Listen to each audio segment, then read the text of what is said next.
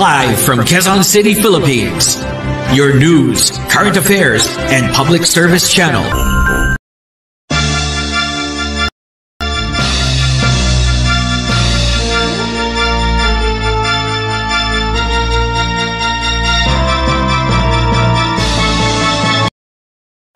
Magandang umaga, Pilipinas. Muli ay sumasa inyo ang programang Likod Bayang Balita. May pusong mapagkawang gawa sa mundo ng pagbabalita ng kalusugan, himala at katotohanan, kaligaya at kaligtasan. Ito po ang inyong lingkod, Doc John Ancient Ugagre.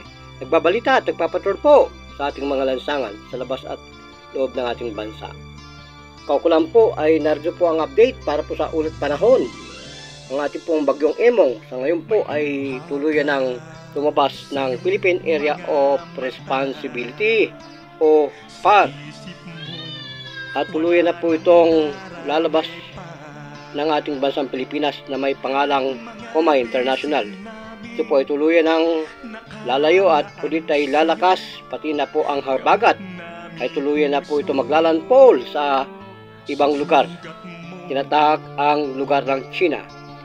Sa lahat po ng nasa kapatagan at kabundukan, maging alisto po at handa sa posible pong mga pagguho ng mga basang lupa o mga kasapaan, mga tubig po na nandyan sa baha na may mga ihi ng daga. Baka po kayo magkaroon ng leptospirosis na po. Yung mga lamok po natin dyan, dengue, iba pong pag-iingat ang ating pong gawin. Haba po ang ating pong panahon ay tuloy ng sumasaayos at gumaganda. Ito po ang una panahon para po sa update para po sa ating bagyong si Emong. Samantala, bigyan po natin ng update po ang isang tumawag ulit po sa atin.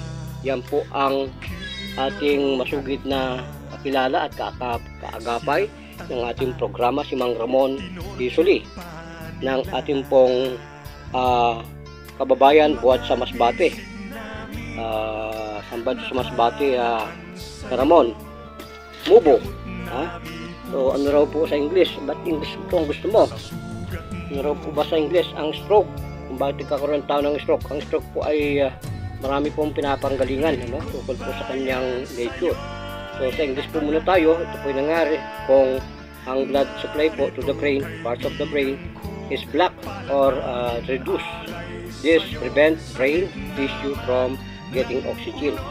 Ito po ay kadalasan na brain attack, hindi po ito puso. Baka nalilito po kayo, Mang Ramon. At ito pong blood natin na umaagos at dumadaloy sa utak natin ay disrupted, either by blocking or by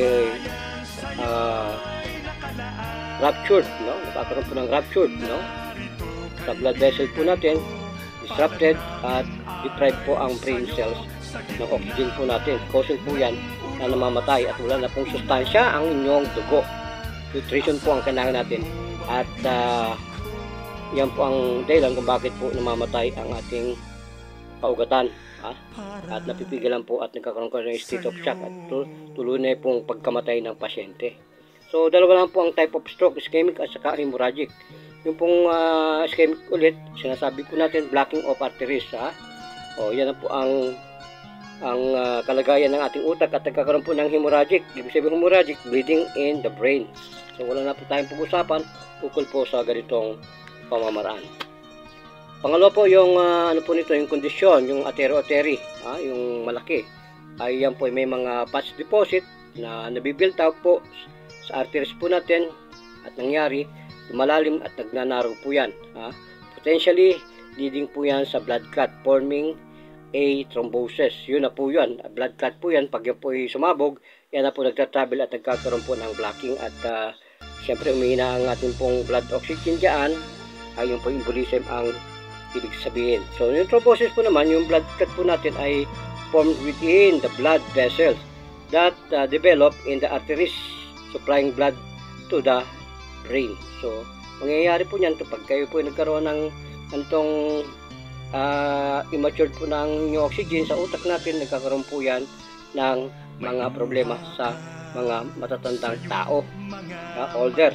Yan po yung cholesterol, At yan po yung triglyceride, kaya po ang atherosclerosis ay talagang napaka devastated po yan. Build up of fats and lipid. And then down sa wall po ng ating pong blood vessel. Kaya po yan, nawawala ang elasticity. So, Mang Ramon, ang sinasabi po ninyo kung bakit po hindi kayo nakakapag Jack and Poy at hindi po kayo nagta-taekwondo, aikido, yaoyan, muay thai, yung pong ano niyan, yung leverage po ng technique, no? Yung tinatawag po namin sa judo namin sa Cairo Pitido na cradling, para kang dinuduyan. Yung pong last endo ng sining ng technique ng judo namin. Yung po parang sampayan. Kapag sinampay ka namin sa aming paa, lahat na po ng sining ng modular na mga therapy, hindi po pwedeng mabuhay doon. The end po yun, pag yun po ang ginamit. Kaya po yung nanay ko, for a lot of years, hindi niya po kinilala yung technique ng judo ko. Nung mahawakan ko po, parang nangisay, nawala yung pain sa spinal column. Ang titingnan po natin dyan, spinal column. Yan po ang pinaka-structural ng tinatawag na live blood, no? ng pagiging stroke ng isang tao. Yung pong pyramidal saka left and right pyramidal na tinatawag. So Mang Ramon, sa ating gamutan po, nandiyan po ang juice herbal po natin, nandiyan po sa screen yung herbal natin. At kapag yan pong herbal na yan ay pinahid mo sa katawan mo, mabubuhay po yung mga dying cells at wala na po yung mga embolism. Kaya po yung mga pulmonary, magkakaroon ng hypoxemia, embolism nga po yun Walang oxygen ang iyong blood vessel. Kaya po dapat yan, yung mga may parang pulmonic na karamdaman, COPD, asthma, lagi pong mawala yung sweating nila, yung heat and cold. Pasmador po yun, hindi man hindi yun aral ng ibang siyensya. Hindi sila nag alignment ang pag-aaral nila sa universidad. Ang ibig po ng pasma, wala pong theory ng pasma kasi sa dictionary. Kaya yan po ang mangyayari sa isang tao kapag hindi po naniwala kayo sa pasma, wala na po kayong magagawa kundi patuloy na po kayo sa pagiging paralysis. Kasi pang ginagawa dyan paralysis, ano bang paralysis? Hindi yung blood circulation mo to the brain and to your valve muscles ng puso po ninyo. Kaya po yun ang dapat gawin, yung vacuum ng diaphragm. I-flatten po yung pressure, inhalation, exhalation. Kailangan po yan ay on and off, negative, positive.